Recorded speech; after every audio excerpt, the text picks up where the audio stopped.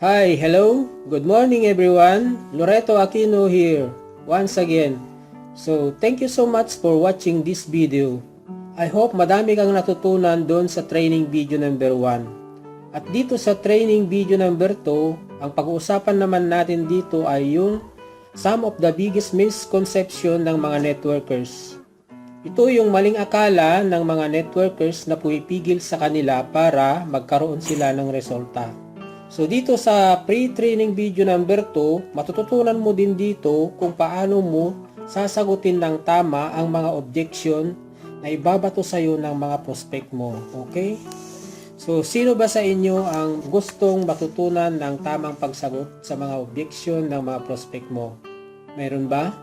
So kung mayroon, mag-comment ka lang sa baba at sabihin mo, yes, gusto kong matutunan.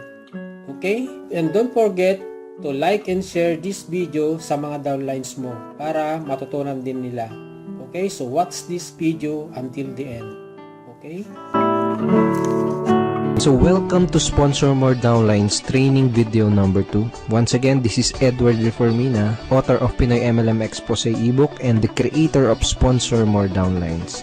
Again, thank you so much for watching our last video, yung ating training video 1. And maraming salamat din sa mga nag-like and sa mga nag-comments. Maraming salamat din. And dun sa mga nag-post ng mga question dun sa comment box sa baba. Maraming salamat din sa inyo. And hindi ko pa nasasagot lahat ng mga tanong, pero I will try my best na sagutin lahat yung mga questions nyo.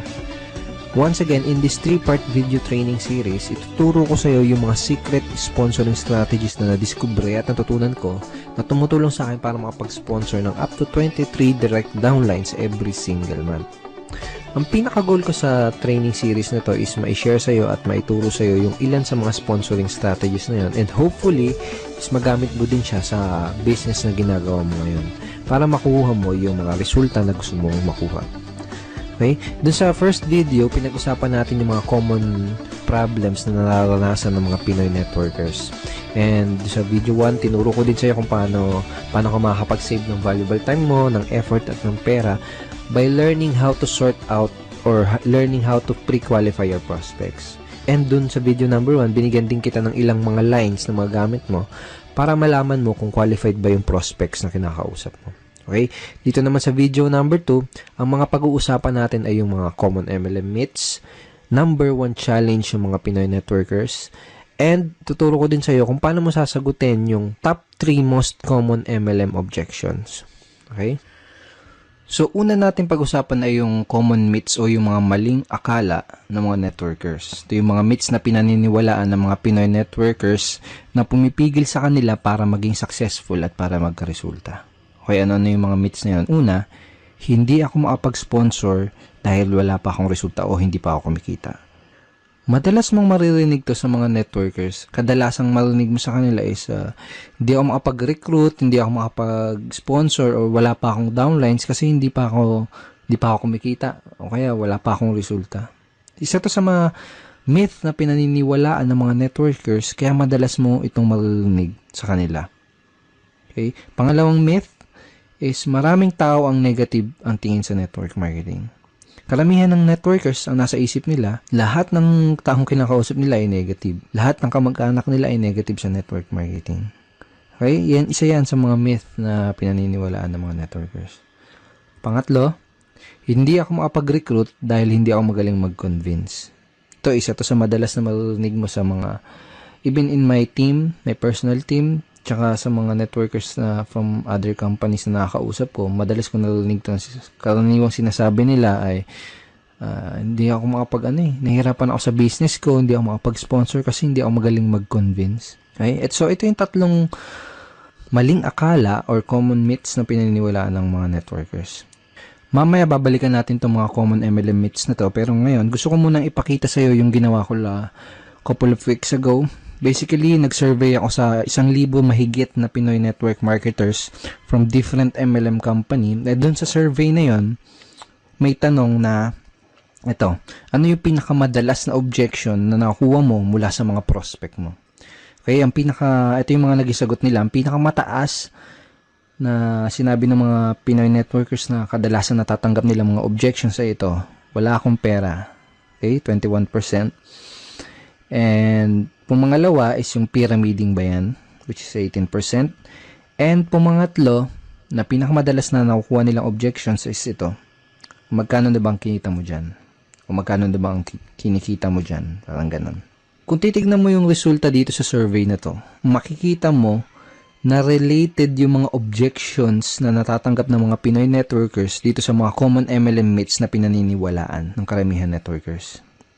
Okay? For example, ito. Hindi ako makapag-sponsor dahil wala pa akong resulta. Kaya iniisip ng mga networkers na totoo to dahil kadalasan na tinatanong sa kanila ng mga prospects ay yung objection na magkano na bang kinita mo dyan. Pwedeng ganito yung nangyari. May prospect kang kinakausap, in-explain mo sa kanya yung opportunity o kaya dinala mo siya sa opisina niyo para panoorin yung BOM. Ngayon, after niyang ma-explainan, nagtanong siya sa'yo, nagbigay siya ng objection na magkano na bang kinikita mo dyan.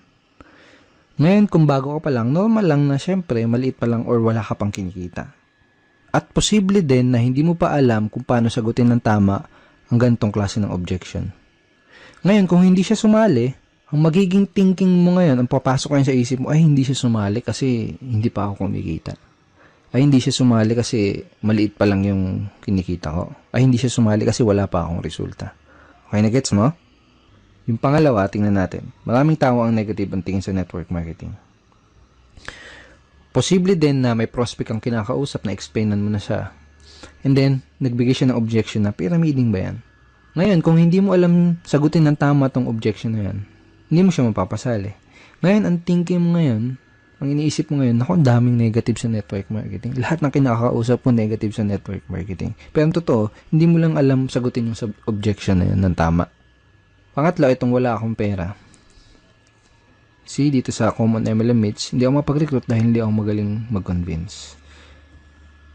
Possible na may prospect ang kausap, sinabi niya na wala akong pera, maganda yung opportunity, pero wala akong pera.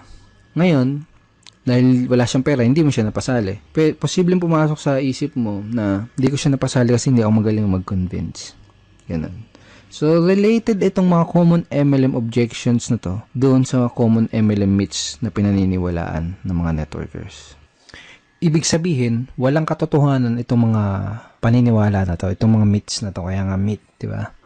Dulot lang to ng mga objections na madalas itanong sa ating mga networkers. Okay? Itong mga myths na to, dulot lang yan ng mga objections na hindi alam sagutin ng tama. Kung isa ka sa mga networkers na dating naniniwala dito sa mga yan, I'm here to tell you na walang katotohanan ng mga yan. Ang kailangan mo lang gawin ay alamin kung paano sasagutin yung mga objections na nagdudulot nitong mga maling paniniwala na to. Number 1 challenge ng mga networkers ay yung mga prospect objections. So, sa mga challenge nila ay yung mga objections na binabato at binibigay sa kanila ng mga prospects na kinakausap nila.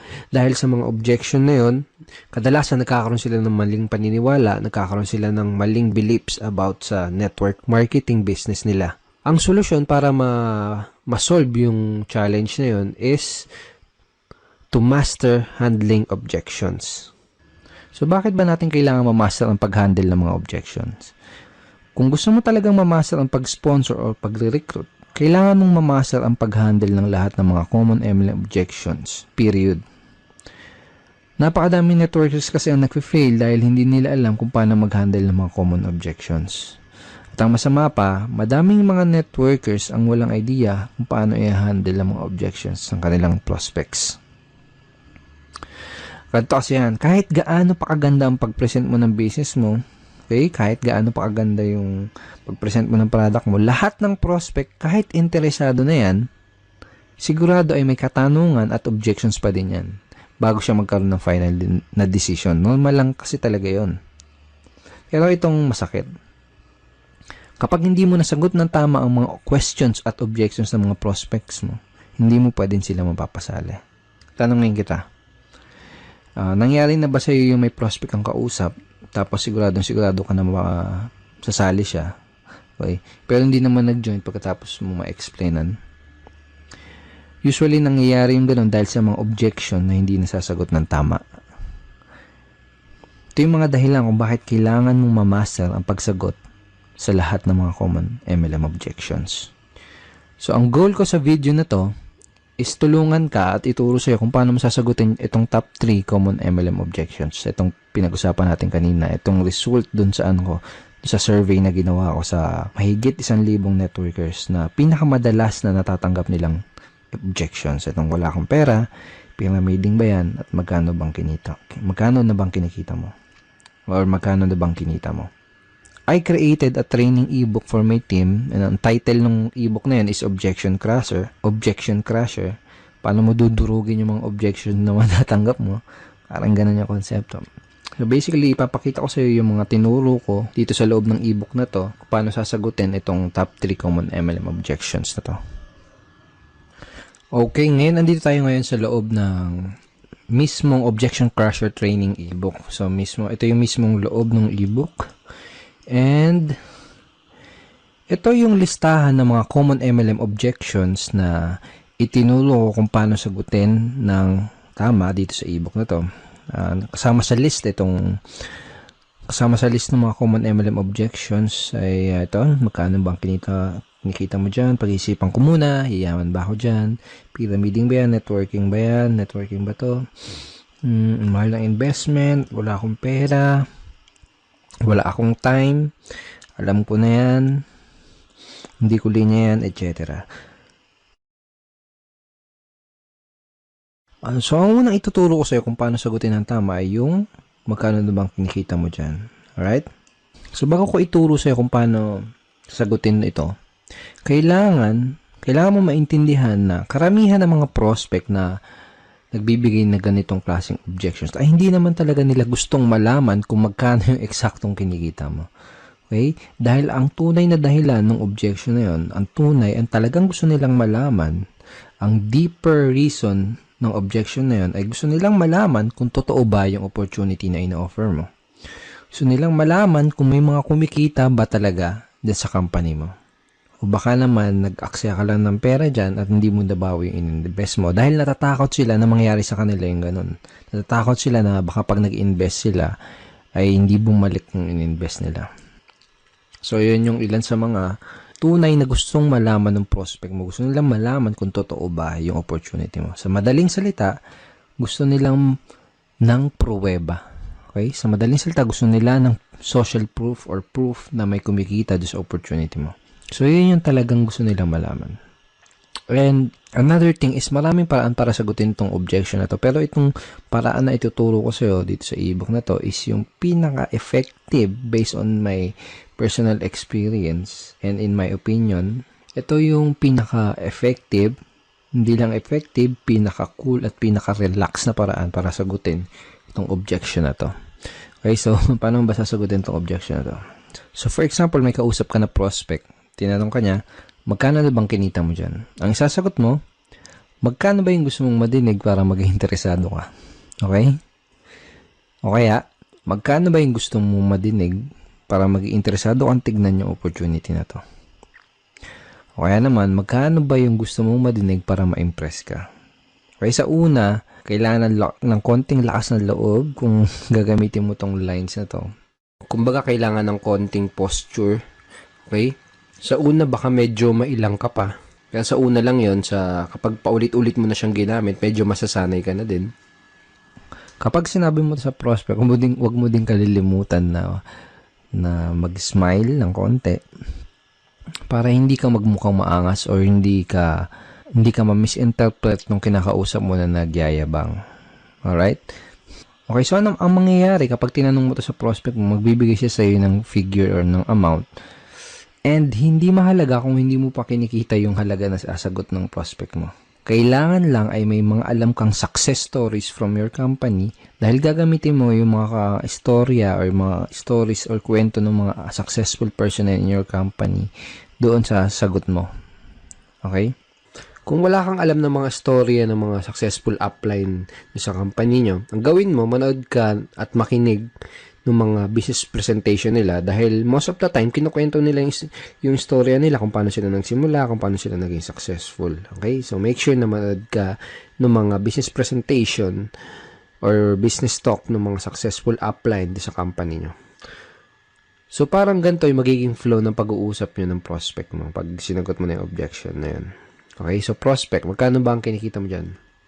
Ikaw, magkano bang gusto mong madinig para maging interesado kang tignan maigi itong business na to?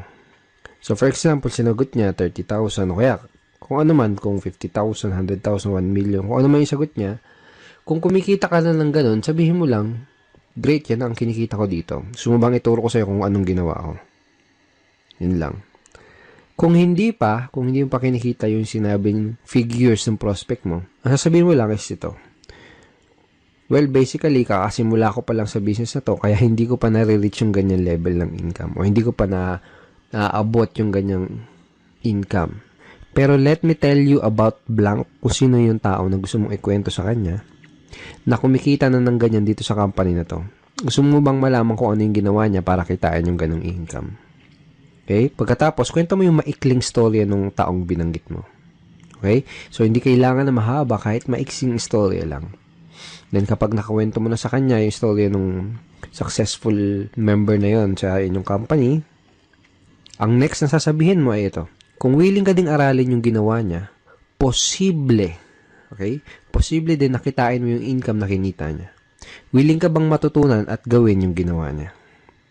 Pag sinabi ng prospect mo, oo, okay, good. Ito yung unang gagawin mo para makapagsimula. Okay? So, hindi mo lang nasagot yung objection, possible pa na maklose mo siya doon sa business mo. These lines are very, very powerful. So, use this kapag may na-encounter ka na ganitong objection. Magkano na bang kinikita mo dyan? Okay? And again, sinabi mo dun sa prospect mo na possible. Posible din nakitain niya. Ibig sabihin, hindi mo ginagaranti. Okay? Sinabi mo, posible. Kung gagawin niya, kung aaralin niya yung ginawa ng upline mo na yun, yung successful na tao na yun sa company niyo, posible din nakitain niya yung income na yun. Sinasabi mo yun kasi it's not good to guarantee yung result na makukuha niya, di ba? Kasi magdedepende pa rin doon sa tao, magdedepende pa rin yung resulta ng tao na yun doon sa action na gagawin niya. Okay? And last tip, maganda rin na idea kung ipapakilala mo siya doon sa mga successful and higher uplines doon sa team nyo or sa company nyo. Okay, para mas tumibay yung social proof. Okay, again, kasi kaya nga tinatanong to ng prospect mo kasi medyo may duda siya kung totoo ba yung opportunity na ginagawa mo. Okay, so ang next na objection na sasagutin natin at pag-aaralan natin ay yung objection na pyramiding ba yan or pyramiding ba to? Okay, so pag may nag-object sa'yo ng objection na to, pag may nagtanong sa'yo, pyramiding ba to? Ang sasagot mo ay ito. Yes, pyramiding to and welcome to Egypt. So, yan. Hindi, biro lang. So, ito. So, madami din paraan para sagutin tong objection na to. Pero itong ituturo ko sa iyo, yung isa sa pinakamadali, lalo na kung nagsisimula ka pa lang, and pinaka-enjoyable na paraan kung paano sagutin tong objection na to. So, for example, sabi sa'yo ng prospect mo is, pyramiding ba to? Tinanong niya. Sasagutin mo din siya ng tanong. Okay? Isa sa mga natutunan ko is one of the best way to answer objections is to answer it with questions. Kumbaga, tanungin mo yung tanong nila. Okay? So, for example, in this objection, tinanong niya, pyramiding ba to? Tatanungin mo, anong ibig mo sabihin? Yung mga illegal? Okay? So, medyo ganun yung tono dapat. Parang patanong. Anong ibig sabihin mo? Yung mga illegal? Pag sinabi ng prospect na, ano yun, yung tipong nangangako na mag-i-invest ka lang tapos dodoble yung pera mo kahit wala kang gawin? Sabihin ng prospect mo, Then, sabihin mo, yung mag-i-invest ka lang ng pera tapos wala kang makukuha ng produkto. Basta sabi nila, kikita lang yung pera mo. Sabihin ng prospect mo, Then, itatanong mo sa kanya, ganun ba yung hinahanap mo? Ganun ba ang hinahanap mo? Natural, isasagot ng prospect is hindi. Okay? Pag sinabi niyang hindi, ito sasabihin mo, okay, that's good, dahil kabaligtaran ito nun. So, in that way, ipinaalam mo sa kanya, kumbaga dito sa paraan na to ng pagsagot, dito sa objection na to, is parang dinefine mo kung ano yung pyramiding. At sinabi mo sa kanya na yung business mo, yung opportunity mo, is kabaligtaran nung definition na yun ng pyramiding. Of course, I'm assuming and dapat napakita mo na din sa kanya yung mga legal documents na magpapatunay na legal nga yung company nyo. Pero kaya ako tinuro sa iyo yung ganitong paraan is mostly kasi ng mga prospect mo na magbibigay ng gantong klase ng objections ay yung mga tao na hindi educated or walang idea sa difference o pagkakaiba ng pyramiding kumpara sa legitimate network marketing opportunity. So, mas magkakaroon ng sense sa kanila yung ganitong simpleng conversation lang. Okay, so use this simple objection handling script next time na may prospect na magtatanong sa'yo ng pyramiding ba to or pyramiding ba yan.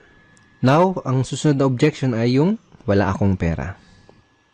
Ang unang kailangan nung maintindihan ay may dalawang klase ng prospect na nagsasabi ng ganitong klaseng objection. Yung isa ay yung wala talagang pera at yung isa naman ay yung mga nagpapalusot lang. Okay? So, let me share you. Dati, nung nagsisimula pa lang ako sa network marketing, is madalas ko natatanggap tong objection na to. Pero ngayon, never. As in, never ko na siya natatanggap. Dahil remembers dun sa training video number 1 natin, chinare ko sa'yo, at sinabi ko sa iyo na kina-qualify o sinusort out ko maigi yung prospect ko bago ko ipakita sa kanya yung business presentation ko. Kumbaga, kung wala silang sapat na reason why, hindi ako mag-aaksaya ng panahon para ipakita pa sa kanila yung business dahil alam ko na mag-aaksaya lang ako ng oras at alam ko na magpapalusot lang sila. So, kung may nagbigay sa iyo ng ganitong klase ng objection, ang unang kailangan mong malaman is kailangan malaman mo kung nagsasabi ba sila ng totoo or kung nagpapalusot lang ba sila. So, paano mo malalaman yun? Tatanungin mo sila. Okay, tatanungin mo sila kung totoo ba na wala silang pera. So, paano mo gagawin yun? Ganito, simple lang. Pag sinabi ng prospect na wala silang pera, tatanungin mo sila. Pwede bang magtanong? Tanong mo, okay lang ba sa'yo kung magtapatan tayo sa isa't isa? Ibig mo bang sabihin ay interesado ka sa business na to pero wala ka lang pera? O sinasabi mo lang na wala kang pera dahil mabait ka lang na tao at ayaw mo kung ma-offend kaya hindi mo kagad masabi na hindi ka interesado? Okay? So make sure to smile again.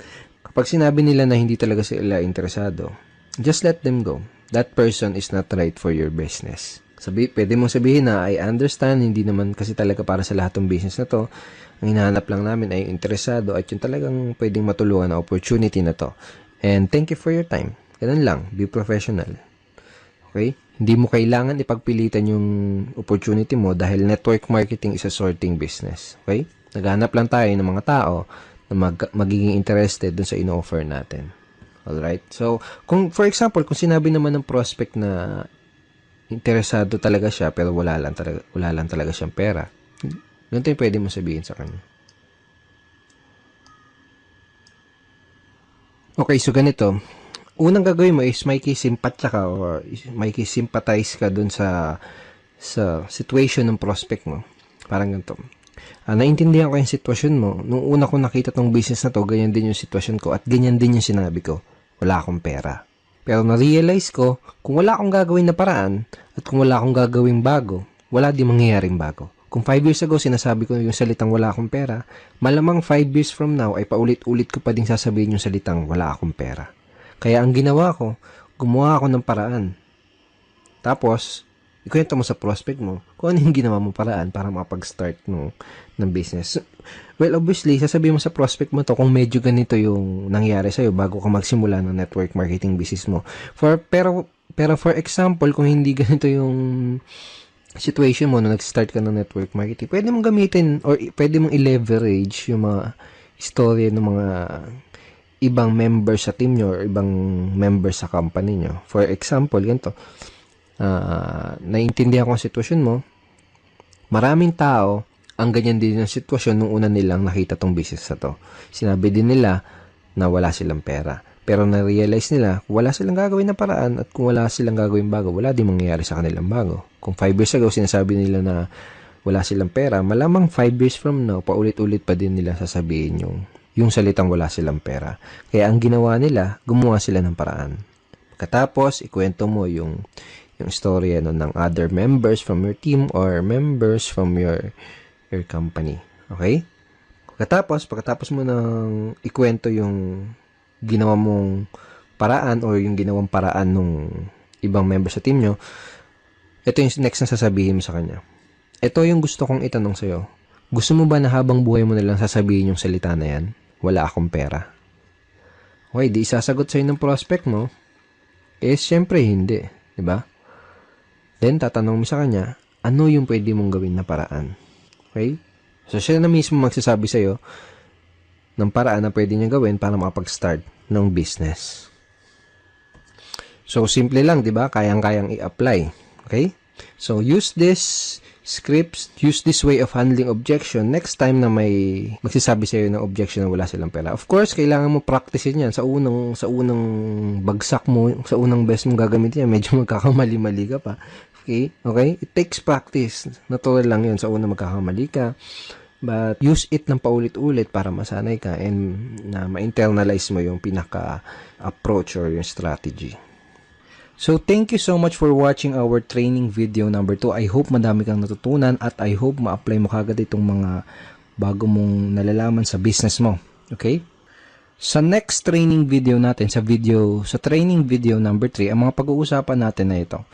Pag-usapan natin yung most important skill na kailangan mong matutunan as a network marketer or MLMer and a direct seller. At yun ay ang closing skill. Okay? And ituturo ko din sa iyo, bibigay ko sa iyo yung super effective closing line na ginagamit ko to sponsor up to 4 downlines in 1 day. Okay? So matagal ko na ginagamit tong closing line na to and it's very very effective and very very powerful. Okay, sana marami na naman kayong natutunan sa video na to. At sa baba ng video na to, may makikita kang like and share button. At huwag mong kalilimutan na i-click yung like at i-share mo din sa mga partners mo. At kung may katanungan ka, pwede mo din i-type sa baba ng video na to. I will try my best na sagutin yung question mo. At kung gusto mo mapanood yung pre-video number 3, mag-comment ka lang sa baba, sabihin mo, yes, I want to learn more. At isi-send ko mismo sa inbox mo, okay? Thank you so much for watching this video. Have a great day. God bless to all.